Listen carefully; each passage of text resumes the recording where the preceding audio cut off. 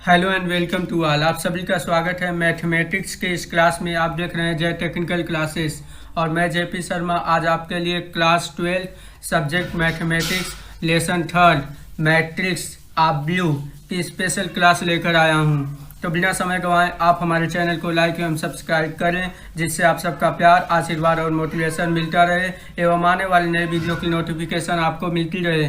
तो आइए शुरू करते हैं आज की क्लास।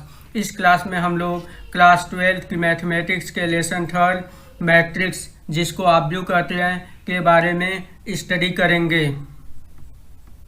तो चलिए स्टार्ट करते हैं और पहले देखते हैं कि आज के हमारे चर्चा के विषय, जैसा कि आपको स्क्रीन पर शो हो रहा है, आप ब्लू की परिभाषा, आप ब्लू के प्रकार, आप ब्लूओं की समानता और इससे संबंधित प्रश्न हम देखेंगे। आप ब्लूओं की परिभाषा बताने से पहले हम आपको पिछली कक्षा की ओर थोड़ा सा ध्यान आकर्षित करना चाहेंगे। आपने पिछली कक्षाओं में संख्याओं के बारे में स्टडी किया है, उनके क्रम विन्यास के बारे में स्टडी किया है, अलजेब्रिक फंक्शंस, बीजगणितीय फलन स्टडी किए हैं, ट्रिगोनोमेट्री फंक्शंस, त्रिकोणमितीय फलन स्टडी किए हैं। इन्हीं संख्याओं, इन्हीं numbers, algebraic functions and trigonometry functions को अगर हम एक आयताकार क्रम विन्यास में लिख दें तो उस आयताकार क्रम विन्यास को संख्याओं या फलनों का आव्यूह कहते हैं। आव्यूह संख्याओं या फलनों का एक आयताकार क्रम विन्यास है और यह जो संख्याएं या फलन जिनको हम आयताकार क्रम विन्यास में लिखा है, ये आव्यूह के अवयव अथवा प्रविष्टियां कहलाती हैं। आव्यूह को अंग्रेजी के वर्णमाला के बड़े अक्षरों द्वारा प्रदर्शित करते हैं। एक एग्जाम्पल्स के माध्यम से इसको हम समझते हैं। देखिए, जो संख्याएं हैं, जैसे हमने यहाँ पे लिखा है 2, 4, -1, 3, 0, 5, 6, 1, 8, 7, 2 एंड 0। यह जो हमने एक आयत के रूप में है, इसलिए इसको हम आयताकार क्रम विन्यास कहते हैं। यह संख्याओं का आयताकार क्रम विन्यास है। संख्याओं या फलनों को एक आयताकार क्रम विन्यास में लिखते हैं तो उसे हम आव्यूह कहते हैं और इसको हम अंग्रेजी के बड़े अक्षर जैसे कैपिटल ए के द्वारा यहाँ पे हमने लिख के प्रदर्शित किया है, इससे प्रदर्शित करते हैं। सुविधाजनक रहे यह थोड़ा सा, इसलिए इसे आयताकार, यह जो आपके सामने क्रम विन्यास दिख रहा है, इसे एक बड़े कोष्ठक में रख देते हैं। तो इस तरीके से यह एक आव्यूह का एग्जाम्पल हो गया, जिसे एक बड़े कोष्ठक में कुछ नंबर्स जो आयताकार क्रम विन्यास में आपको लिखा प्रदर्शित हो रहा है और इसकी जो संख्याएं लिखी हुई है, यह जो हैं अवयव या प्रविष्टियां कहलाती हैं। इसमें अगर हम आव्यूह में क्षैतिज दिशा में चलें तो जो संख्याओं की क्षैतिज स्थिति है, यह पंक्ति कहलाती है, या इसे अंग्रेजी में रो भी कहते हैं। 2, 4, -1, 3 यह इसकी पहली रो है। देखिए 0, 5, 6, 1 यह आपकी दूसरी रो है और यह तीसरी क्षैतिज स्थिति है संख्याओं की, तो इसलिए इसे तीसरी तृतीय रो कहते हैं। और ऊर्ध्वाधर दिशा में जब हम चलते हैं तो जो संख्याओं की स्थिति होती है, यह जो आपके स्क्रीन पर दिख रहा है 208 इसको हम स्तंभ कहते हैं। यह पहला स्तंभ था। दूसरा हमारा स्तंभ 4, 5, 7 है और इसी प्रकार से तीसरा आपका स्क्रीन पर शो हो रहा है -1, 6, 2। यह थर्ड स्तंभ है और लास्ट फोर्थ स्तंभ 3, 1, 0 आपका स्क्रीन पर शो हो रहा है। इस तरीके से आव्यूह में कितनी पंक्तियां हैं? 3 पंक्तियां हैं और 4 स्तंभ है। एक और एग्जाम्पल्स लेते हैं जो आपके स्क्रीन पर, मान लीजिए यह b है।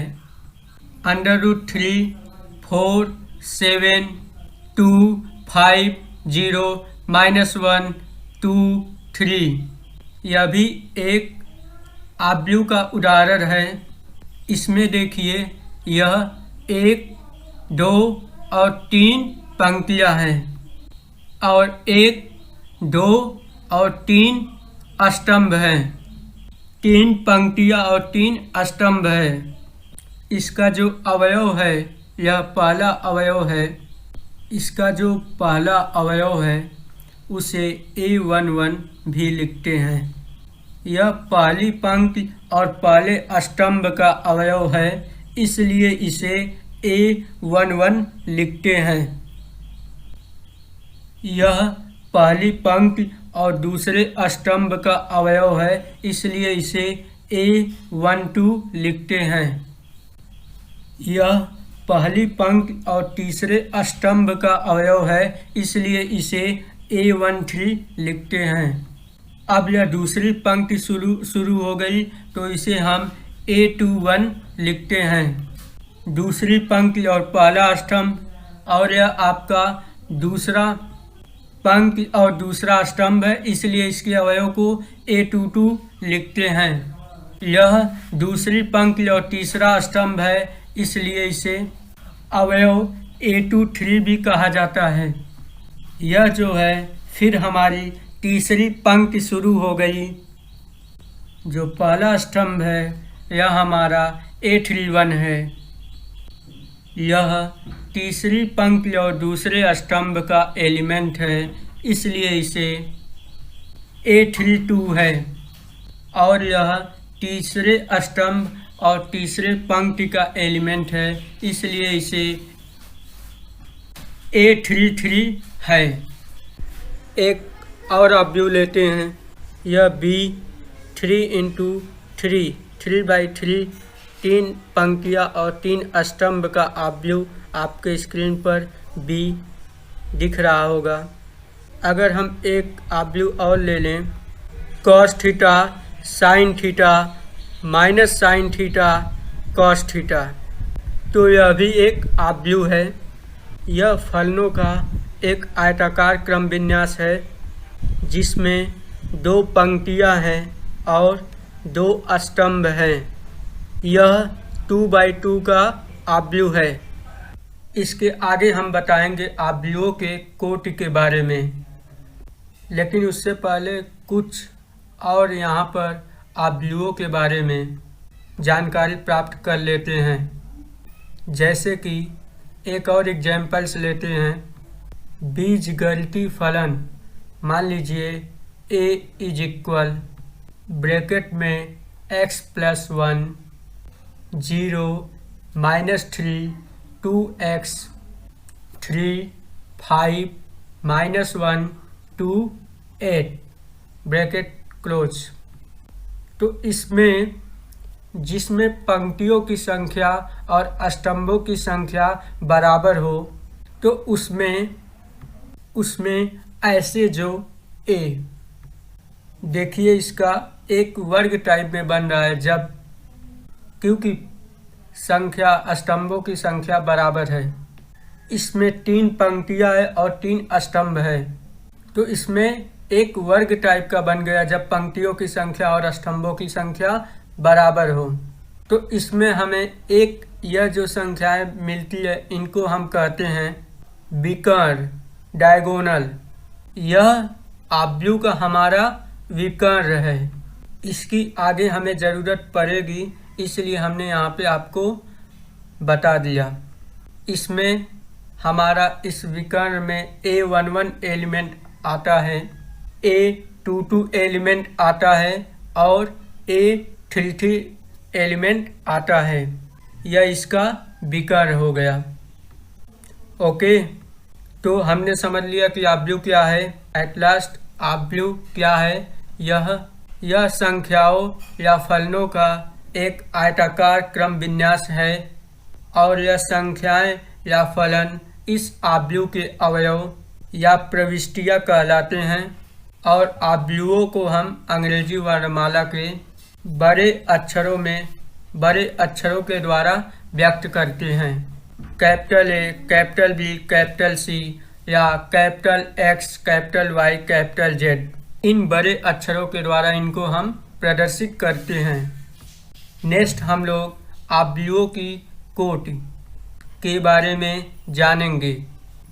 M पंक्तियों तथा N स्तंभ वाले किसी आव्यूह को M क्रॉस N कोटि का ऑर्डर का आव्यूह अथवा केवल M क्रॉस N आव्यूह कहते हैं। M पंक्ति और N स्तंभ है यदि किसी में, तो आव्यूह की कोटि होगी M क्रॉस N। सिंपली इसको M क्रॉस N कहते हैं। M पंक्ति और N स्तंभ होगी अगर किसी आव्यूह में, तो उस आव्यूह की कोटि M क्रॉस N उस आव्यूह की कोटि होगी। यह आपने जाना। अगर इन जनरल कोई आव्यूह लिखना चाहें, यह A11 है, यह A12 है, एंड सो ऑन A1 मान लीजिए यह कॉलम है एंड लास्ट में A1N। अभी आपको स्क्रीन पर दूसरी पंक्ति, यह आपका A21 हो जाएगा, यह 22 हो जाएगा, so on. A2 AJ column है, A2J हो जाएगा और यह nवा कॉलम है तो इसलिए A2N हो जाएगा। इसी तरीके से अगर IV पंक्ति है तो यह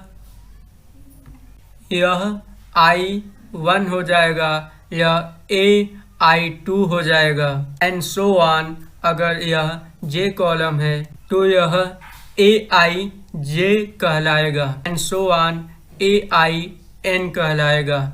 इसी तरीके से अगर हम MV पंक्ति में आते हैं तो AM1 होगा, यहाँ पर AM2 एलिमेंट होगा एंड सो ऑन।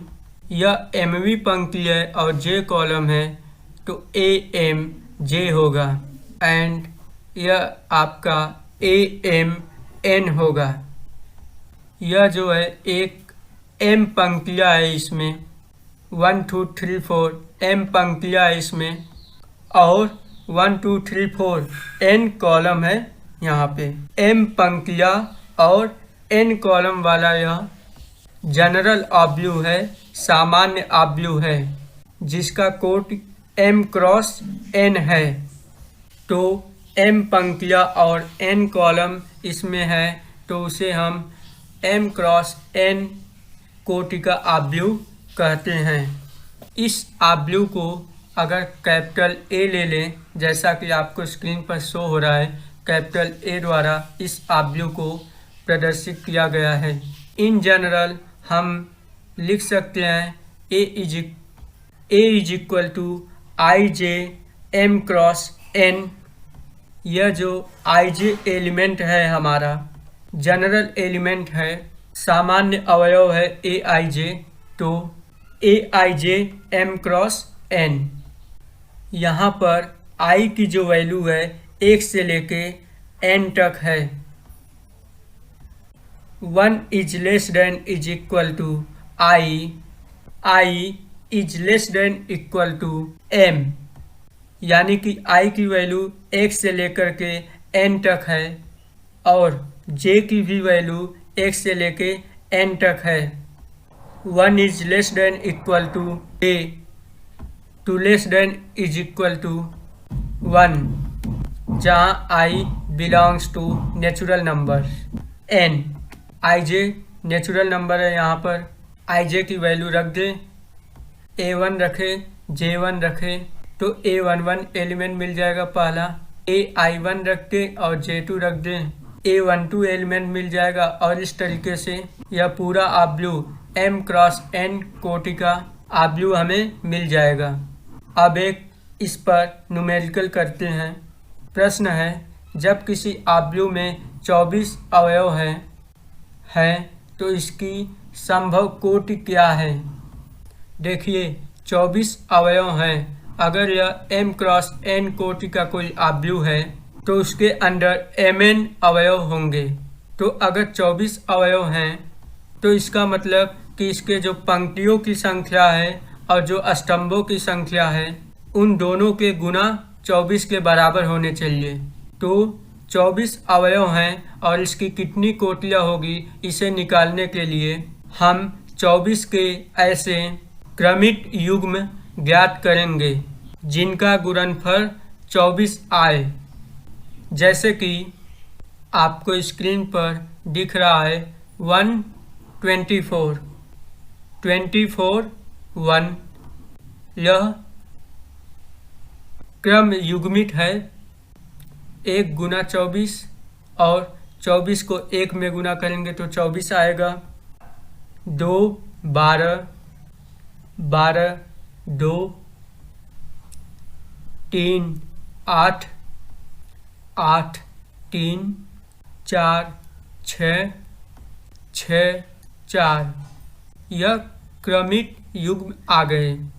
तो इनकी कोटियाँ क्या हो गई, कोटियाँ हो गई हमारी 1 गुने 24, 24 गुने 1, 2 गुने 12, 12 गुने 2, 3 गुने 8, 8 गुने 3, 4 गुने 6 और 6 गुने 4, यह इसकी संभावित कोटियाँ हो जाएंगी। अब आब्लूओं की रचना पर आधारित एक प्रश्न है जो आपके स्क्रीन पर दिख रहा है। एक ऐसे 3/2 आब्लू की रचना कीजिए जिसके अवयव Aij is equal to half mod I minus 3j द्वारा प्रदत्त हैं। तो देखिए 3/2 आब्लू की रचना करनी है तो माना A इज इक्वल टू हमारा A11 A12 दो स्तंभ हो गए। दूसरी पंक्ति है, पहला कॉलम है A21 A22 A31 and A32। आप फिगर में देखिए 3 पंक्तियाँ हैं, 1 2 3 और स्तंभ 2 हैं। तो हमें Aij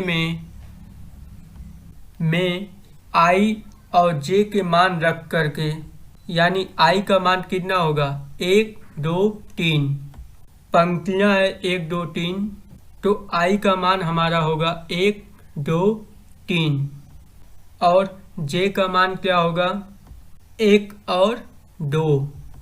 तो यह जो दिया हुआ है हमारा Aij is equal to half mod I minus 3j, इसमें हम I और J के यह मान रख करके A11 A12 A13 A22 A23 और A32 का मान प्राप्त करके इस आब्लू कैपिटल A में रख देंगे तो हमें 3/2 आब्लू मिल जाएगा।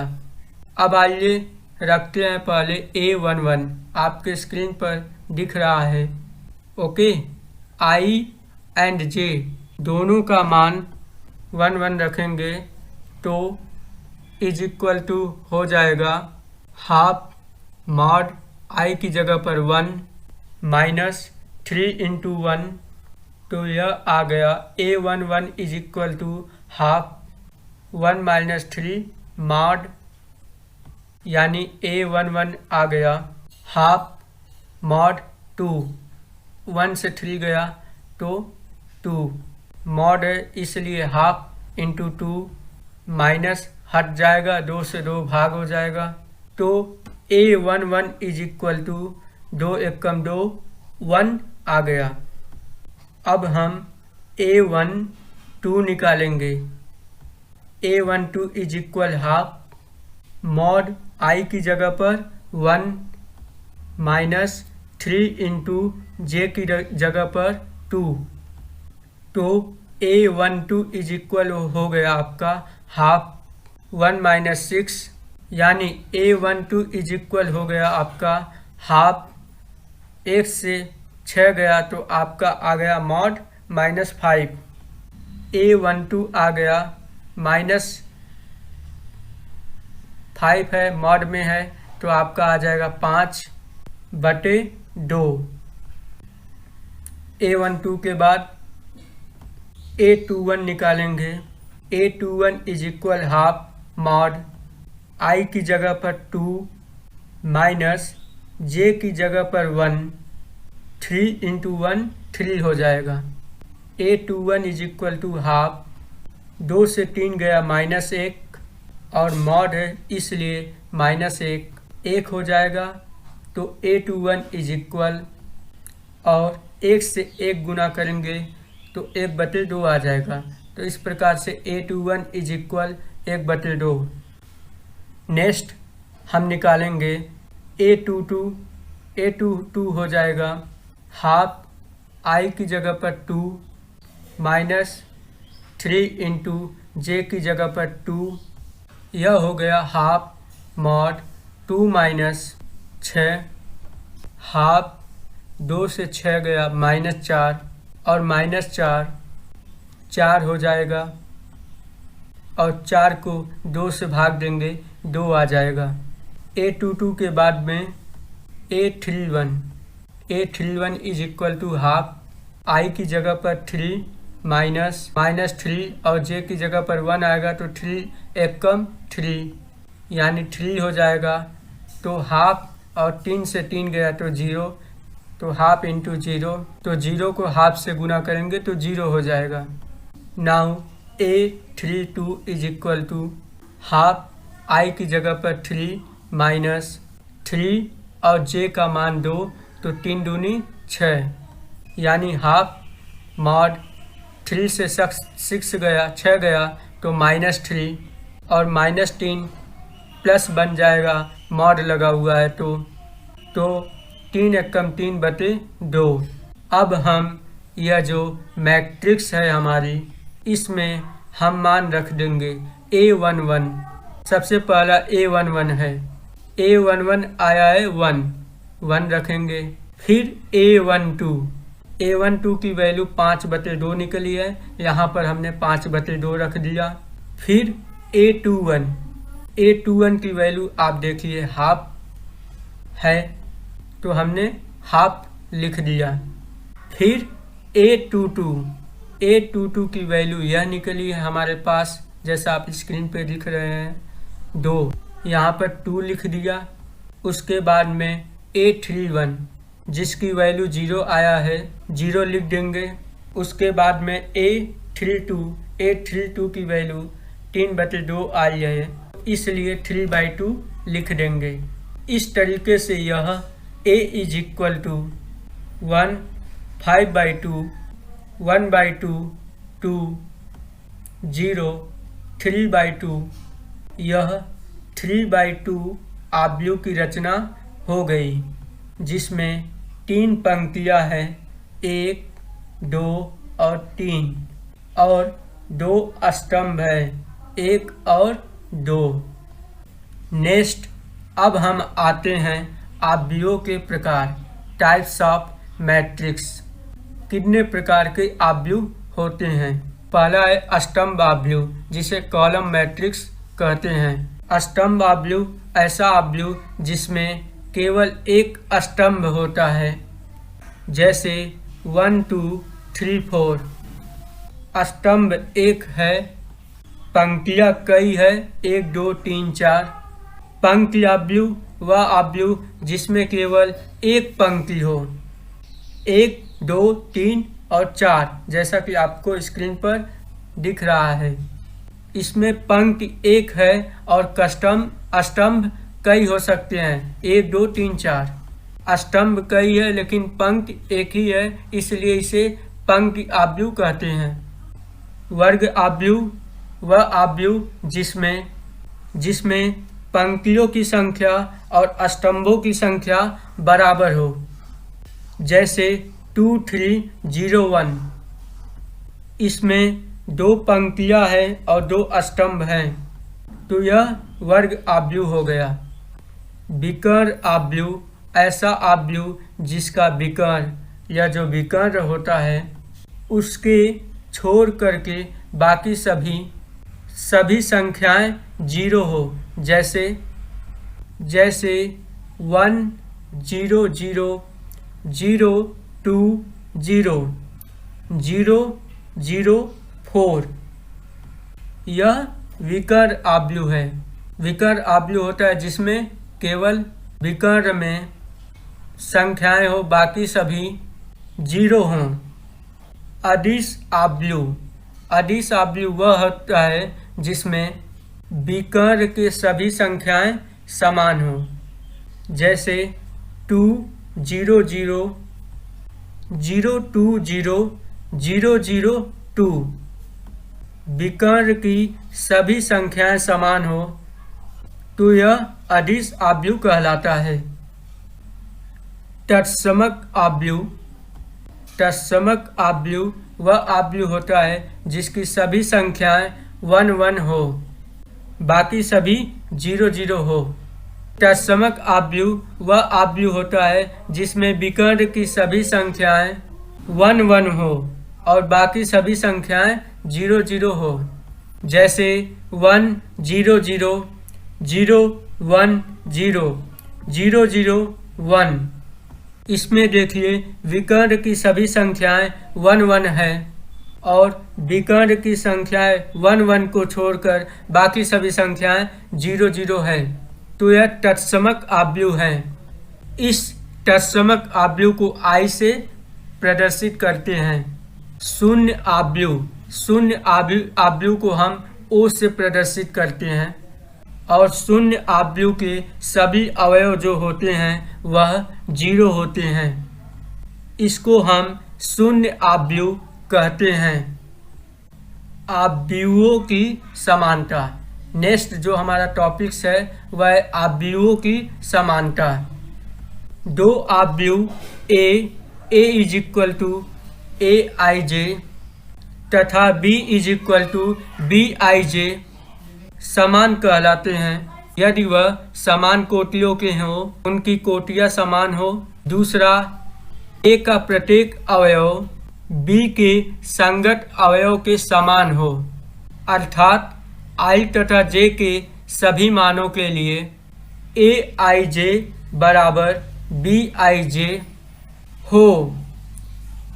एक एग्जाम्पल्स लेते हैं, जैसे कि यह 2 3 0 1 यह A था और B है 2 3 0 1।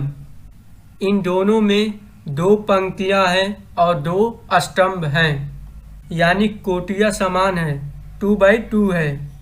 और A के प्रत्येक अवयव B के संगत अवयव के बराबर है, 2 2 के बराबर है, 3 3 के बराबर है, 0 0 के बराबर है और 1 1 के बराबर है। तो यह जो दोनों आव्यूह हैं वह दोनों समान हैं। अर्थात अगर 2 आव्यूह आपस में समान हैं तो उनके संगत अवयव भी समान होते हैं। अब हम नेक्स्ट आव्यूहों की समानता पर आधारित एक प्रश्न है जो आपके स्क्रीन पर शो हो रहा है। x तथा y के प्रदत्त निम्न मानों के लिए आव्यूह के निम्नलिखित युग्म समान है। यदि 2 आव्यूह अगर समान हैं तो इनका जो संगत अवयव है वह समान होंगे, यानी कि यह 3x + 7 बराबर 0 के होगा और जो यह y + 1 होगा यह बराबर होगा 8 के। संगत अवयव जो हैं समान होंगे, इनकी सहायता से हम x का मान निकाल सकते हैं। 3x plus 7 is equal to 0 से हम ले सकते हैं। प्लस 7 को इधर ले आवें तो 3x इज इक्वल -7, या 3 से हम इसको भाग दे दें तो 3x को